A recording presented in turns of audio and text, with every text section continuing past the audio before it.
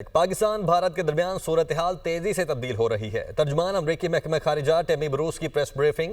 उनका कहना था कि अमरीका जम्मू और कश्मीर के मामले पर फौरी तौर पर कोई पोजीशन नहीं ले रहा, पाक भारत मामलात को बहुत करीब से देख रहे हैं। टेमी ब्रूस ने कहा कि पहलगाम हमले में मुलव्वस अनासिर को इंसाफ के कटहरे में लाया जाए। सदर डोनाल्ड ट्रंप पाकिस्तान और भारत के दरमियान अमन के लिए कोई किरदार अदा करेंगे या नहीं, इस बारे में अभी कुछ नहीं कहा जा सकता। पाकिस्तान भारत के दरमियान सूरत हाल तेजी से तब्दील हो रही है। तर्जुमान अमरीकी महकमा खारिजा टेमी ब्रूस की प्रेस ब्रीफिंग।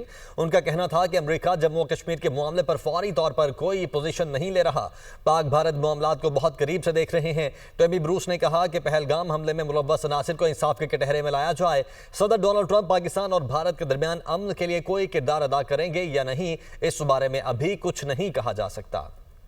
पाकिस्तान भारत के दरमियान सूरत हाल तेजी से तब्दील हो रही है। तर्जुमान अमरीकी महकमा खारिजा टेमी ब्रूस की प्रेस ब्रीफिंग।